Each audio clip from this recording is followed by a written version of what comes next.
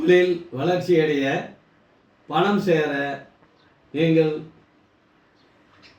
கும்பகோணத்தில் இருக்கிற சாரங்கபாணி கோவிலுக்கு சென்று வர வேண்டும். அங்கே சென்று பசும்பால், நெய், கோதுமை ரவை, ஏலக்காய், குண்டு வெல்லம் இதையெல்லாம் தயாரித்து வைகாசி பௌர்ணமி விசாகத்தன்று அந்த கோயிலிலே தெப்பத்தேரோடும் அங்கேயே அவர்கள் செய்து கொடுப்பார்கள். நம் தொகையை கட்டினால் அந்த பாயாசம் 4 மரக்கால் பாயாசம் காய்ச்ச வேண்டும்.